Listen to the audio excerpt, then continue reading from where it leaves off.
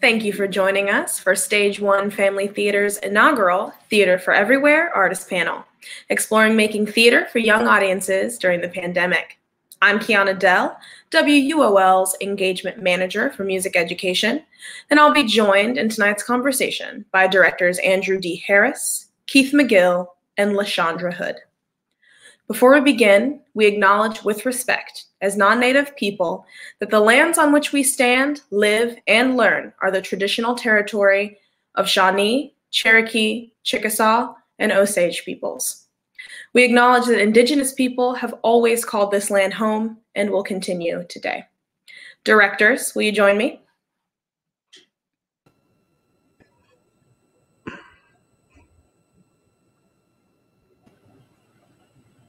All right. First, please introduce yourselves. Tell us what you do when you're not directing, and what was your role in the Theater for Everywhere plays? Well, I'll jump in. I'm Andrew Harris, and I'm the producing artistic director for Stage 1 Family Theater. When I'm not actually doing that work, I pride myself on being a father and a husband to my family, and for training martial arts with my son and serving as his routine punching bag, because he's a lot better than me. And I was the director for the show The Right Shoes. I'll jump in next. I'm LaShondra Hood. I'm the manager of fine arts and youth education at Louisville Central Community Center. I had the pleasure of directing Reframe. And when I'm not directing, I'm either acting or learning salsa dancing. I'm Keith McGill. I am a director, a playwright, a stand-up comedian, teaching artist. I make a really good banana bread. A lot of people in this room can attest to that. I directed Monster of Mine, and I wrote The Right Shoes. So I can't get away from Stage 1. They won't let me go. Well, now I'm upset I'm not eating banana bread. Right. Keith, why don't you go ahead? Keith, why don't you go ahead and start us off answering, did you rehearse these plays live or virtually? And how were your rehearsals impacted by COVID circumstances?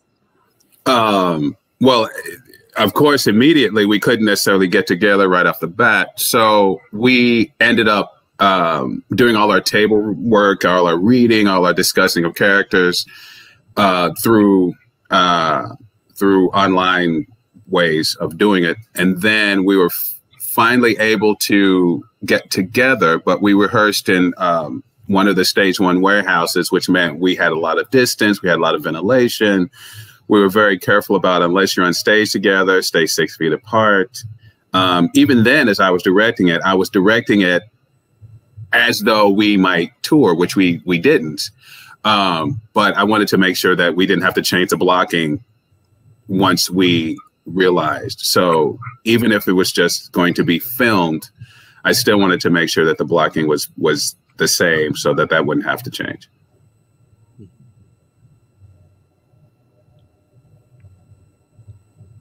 Thank you. Anyone else? Well, Keith's exactly right. It was, we were able to, after that initial virtual, set of sessions, to utilize the large space that we had to be able to rehearse and maintain appropriate distance and mask, all of the safety precautions. And while it was great to be able to rehearse in person in that capacity, it was really illuminating about, how cognizant everybody becomes about physical proximity and social distance. Theater can be very much an intimate art form. And at that time, all of us, not just as artists, but as a community and a world, were grappling with what that meant. And, it was really interesting and illuminating beginning that process in a way that was so, while we were in person, was still so very foreign to what might happen in a traditional rehearsal space.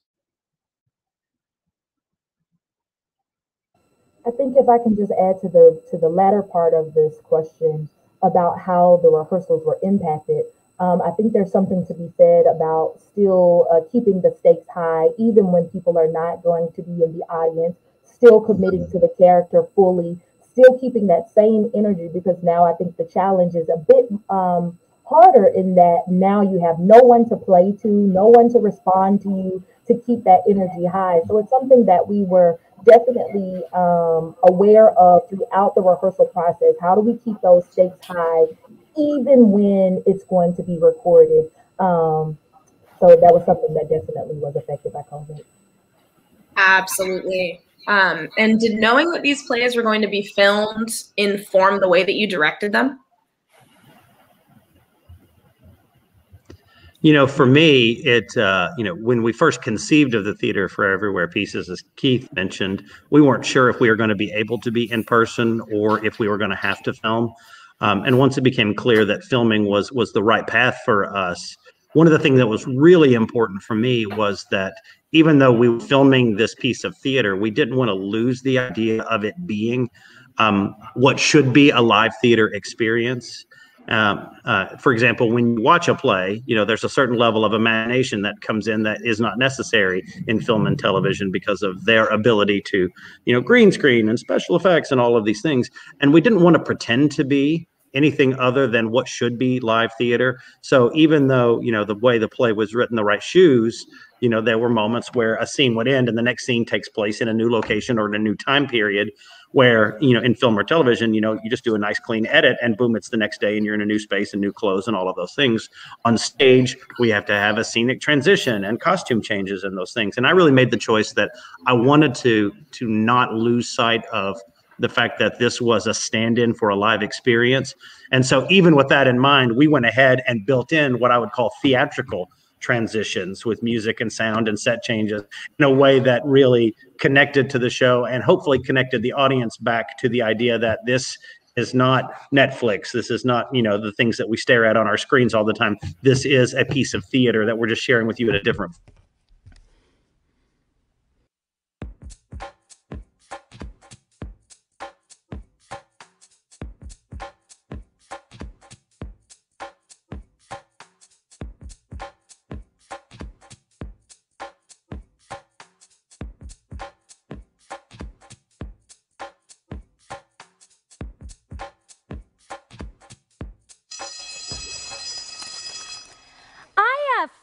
Headbands like this one.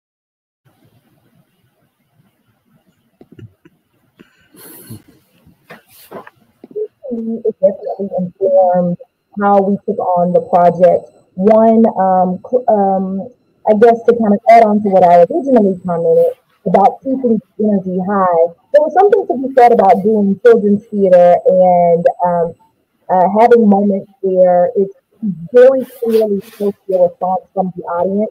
And sometimes you get caught up in needing that response to keep the energy, to really go there and allow yourself to keep the same energy as though kids were really in the audience responding live.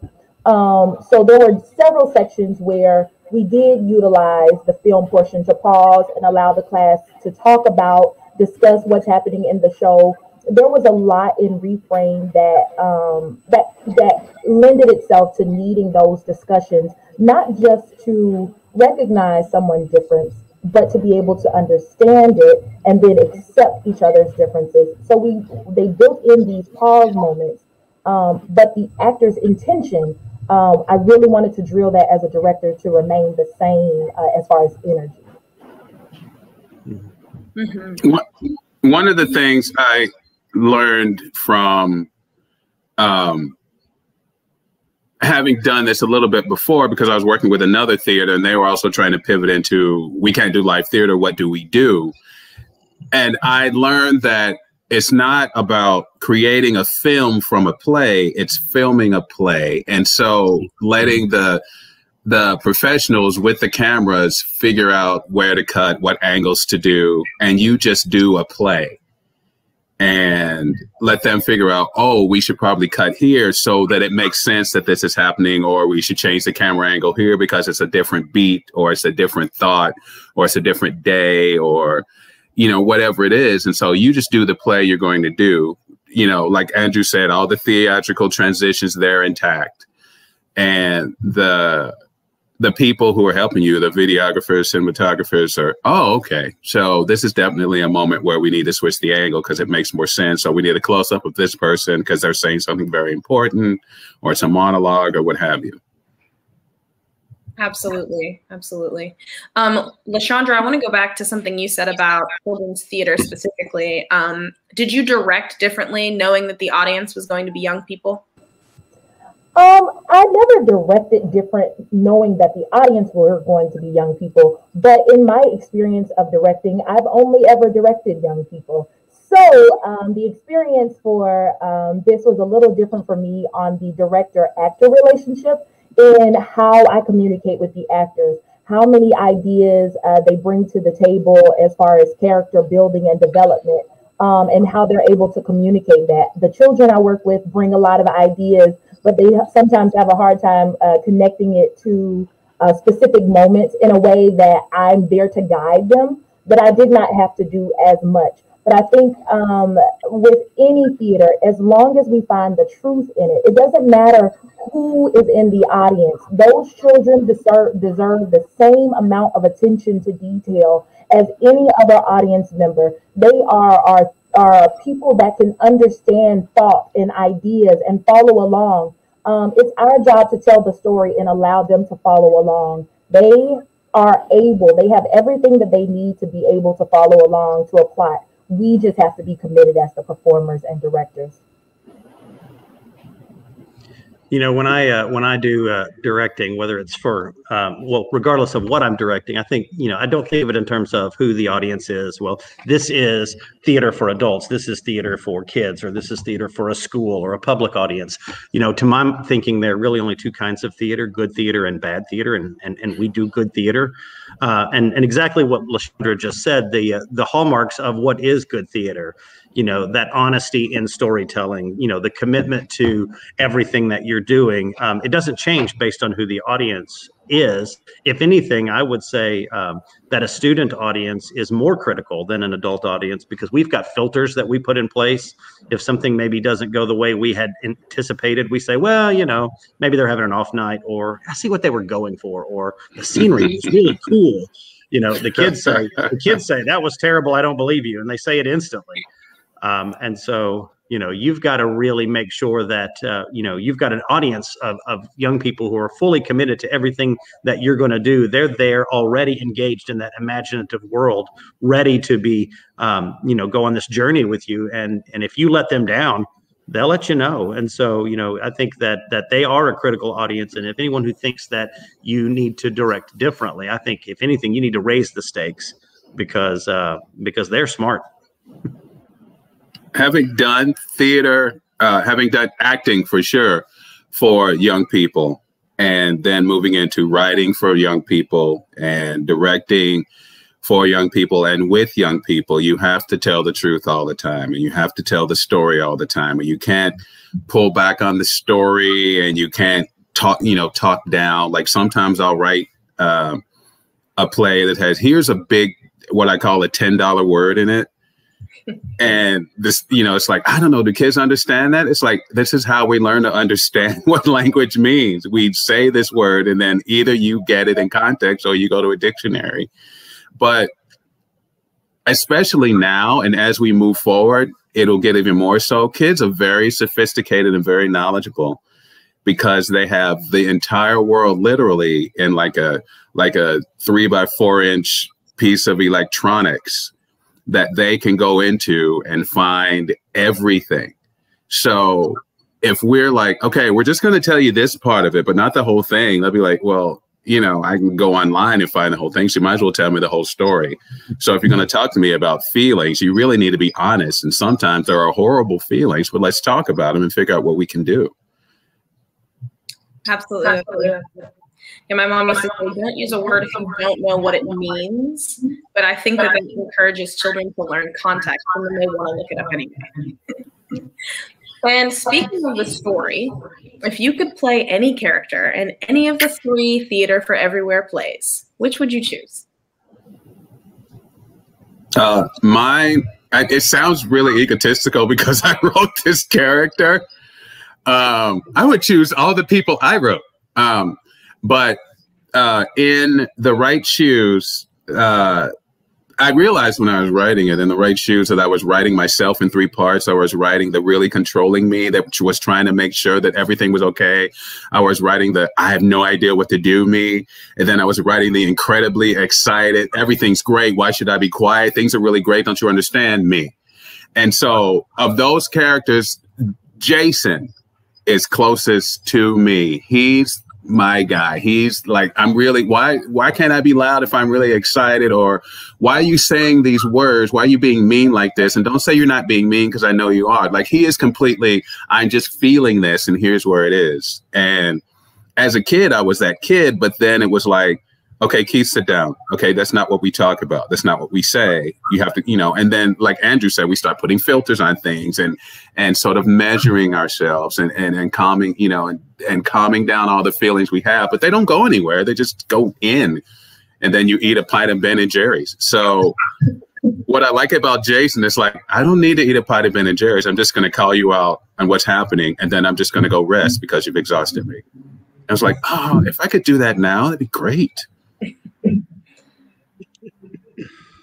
Well, Keith. Oh, go ahead, LaShondra.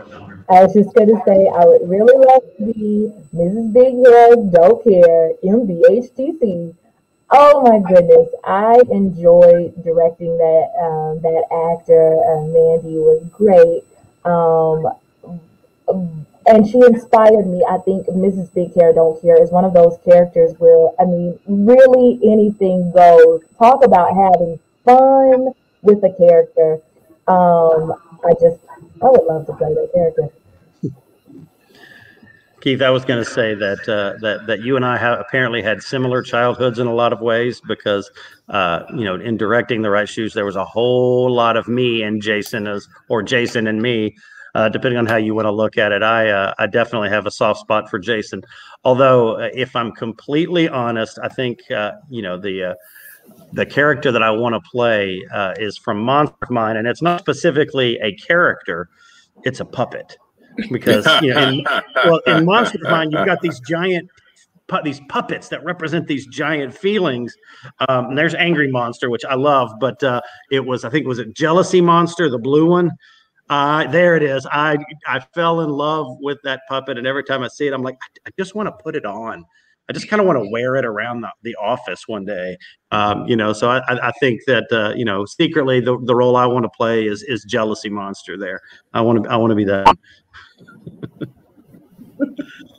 I think it'd be quite warm wearing it around the office too. It might be like a blanket 2-in-1 costume. Yeah, you know, I have been told by the staff that it gets a little chilly here in the office. Maybe if they would bring me a giant monster puppet, everybody just wore those, would be okay. That's perfect. We're prepared. Before we open it up to audience questions, I have a 2-part question for you all. What was one substantial lesson you learned directing in 2020? And what was most rewarding in this experience?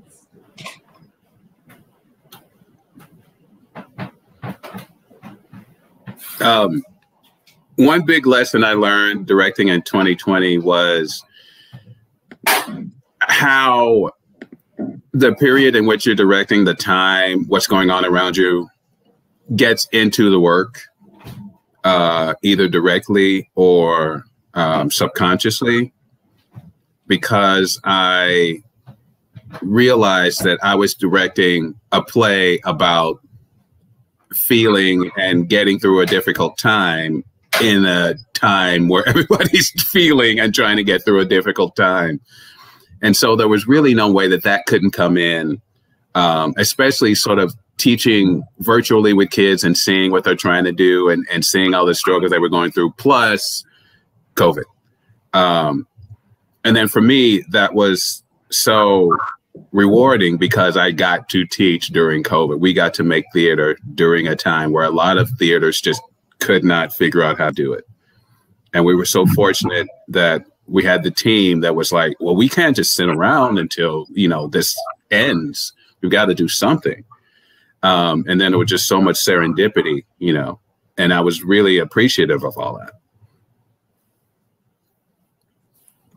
To piggyback on that, Keith, you know, I think, you know, when you're faced with the challenges, especially that you have when suddenly you have a product that is live theater and we're not able to gather together, and a community and a world going through so many challenging things, then, just that rather than lean into that place of, oh no, what do we do? The fact that, like Keith said, the team was able to say, look, we have a mission, and our mission is to continue to serve young people and their families and their teachers. What do we do about that?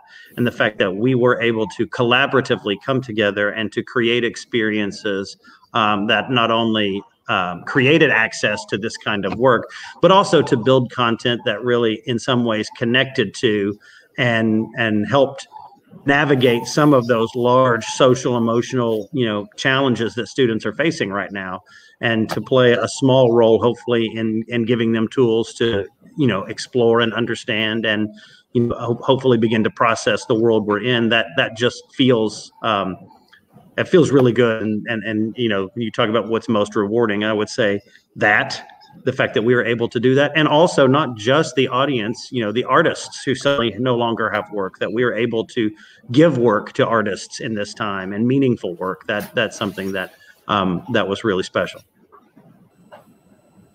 For me, one of the most substantial lessons that I've learned, or that was magnified during this time, is how important our art is. It is beyond entertainment.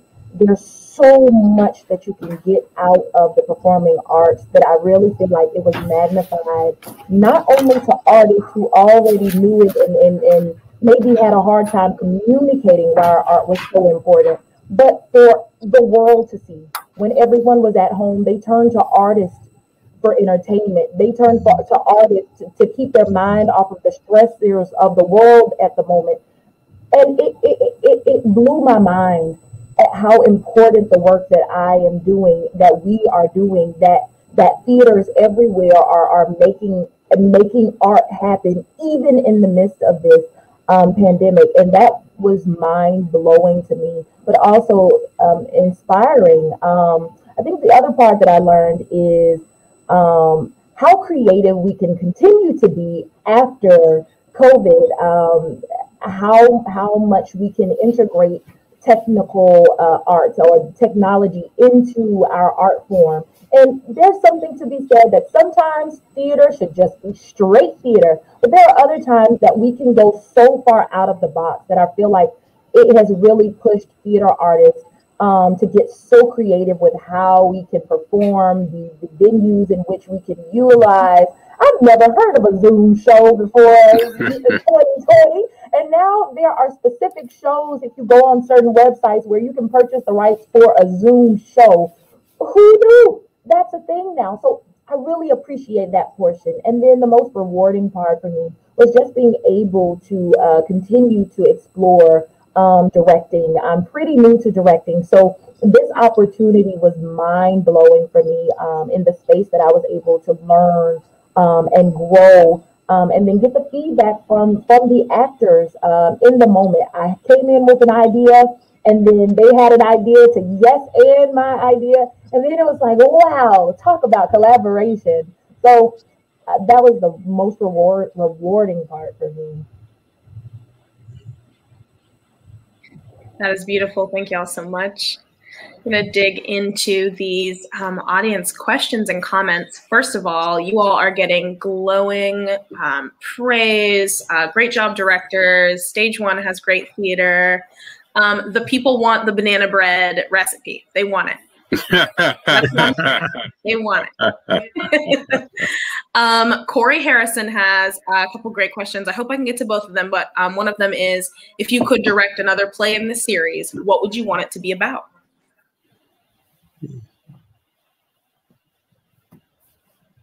Thank you. I would like to see anything.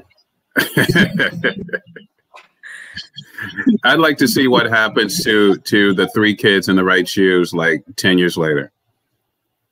Like if they took these moments that they learned how to get through really difficult times, how to actually talk to each other and really figure it out, how to cope with what they were going through, and see if they stayed friends, if they were able to take those lessons on, if they were able to give those lessons to someone else that they learned, you know, because constantly we're saying, God, when I was in eighth, you know, when I was 8 years old, somebody said blah, blah, blah. Miss so-and-so said blah, blah, blah. And that stuck with me. So I would like to think that they took some of these things they gave each other and, you know, they're 20 years old or 40. It's like, you know, I remember 30 years ago, Miss so-and-so said to me, or a friend of mine said to me.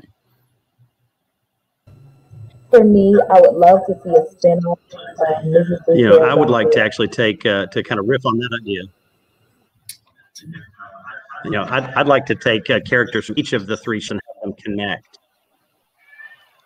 Because each show featured characters that were students and have different interactions between them and see how that changes the dynamic between them all. And also a monster puppet.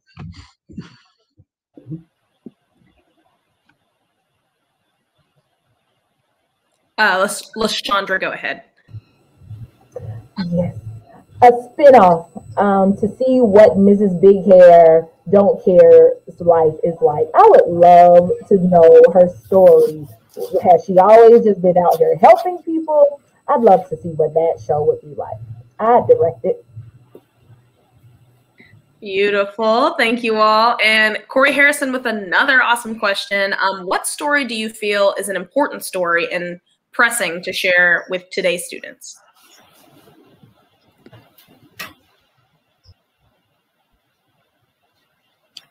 What I think I would like to. You can do anything. Sure. I'd like to be able to tell them that there's an after you've gone through something really difficult. I think that's a wonderful story to be able to share and to sort of hear the perspectives of other young people, what the pandemic was for you, what this was for you, how you coped, how you got through, what was a hard time, what was an easier time. One of the things I've done with students that I've been able to teach is I always ask a question of the day, and sometimes like, what's your favorite pizza? But something like once I get to know the students and feel like they can go a little deeper, I'll say something like, all right, you have to find one thing that this being in the middle of this pandemic has given you. Like if it wasn't for this pandemic, I would never have been able to what? And they really have to think that even if in the middle of something that's so difficult, that's so new, and you don't have the tools in your toolbox, but you can still find something. And that, I feel like that would just be an interesting story for other students to hear and think about.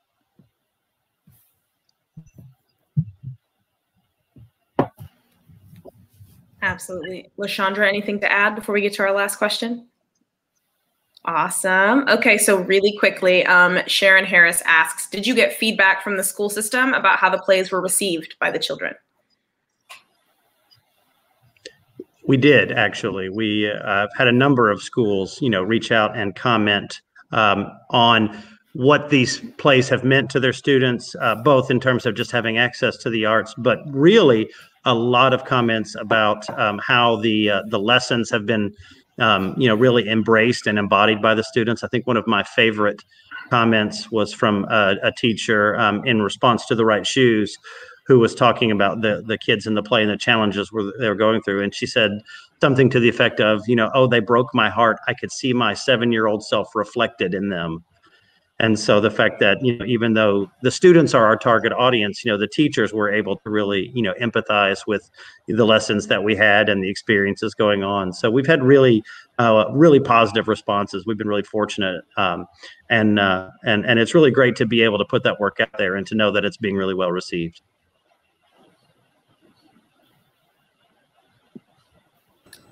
Great. Well, it is looking like that's about all the time we have for tonight. Thank you, everyone in the audience, for those amazing questions. I'd like to say thank you to Andrew, Keith, and LaShondra for sharing your discoveries and process. Thank you to the sponsors for Theater for Everywhere. You made this exciting process possible. And for those at home, if you haven't seen the Theater for Everywhere plays, they're available for streaming purchase until June 2nd. So check it out, learn more about what we've been talking about tonight. Thank you all so much, and I hope you have a wonderful night. Thanks for tuning in.